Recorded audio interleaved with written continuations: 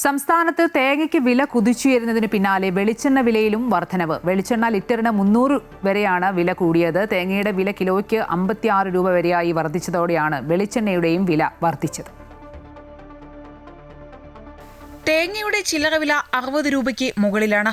തമിഴ്നാട്ടിൽ നിന്നും തേങ്ങാവരവിലും ഇടിവ് സംഭവിച്ചു. കേരളത്തിൽ നിന്നുള്ള വ്യാപാരികൾ കിലോയ്ക്ക് 50 രൂപയിൽ കൂടുതൽ നൽകിയാണ് കൊപ്ര എടുക്കുന്നത്. ഓണ സീസൺ ആരംഭിച്ചതോടെ തേങ്ങയുടെ ആവശ്യകതയും വർദ്ധിച്ചുവരും.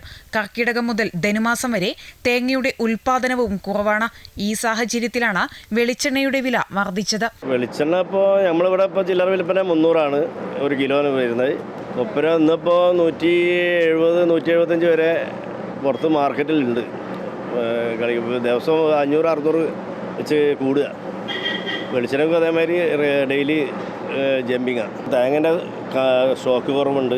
കൊപ്രയൊക്കെ ടൈറ്റ് തന്നെയാണ്. ഇപ്പോൾ മൊത്തത്തിൽ തേങ്ങ അതുകൊണ്ടാണ് തേങ്ങയ്ക്ക് വില കൂടുന്നത്. ഓണം എത്തുന്നതോടെ വെളിച്ചെണ്ണയുടെ വില 400-ലെത്തുമെന്നാണ് വ്യാപാരികൾ പറയുന്നത്.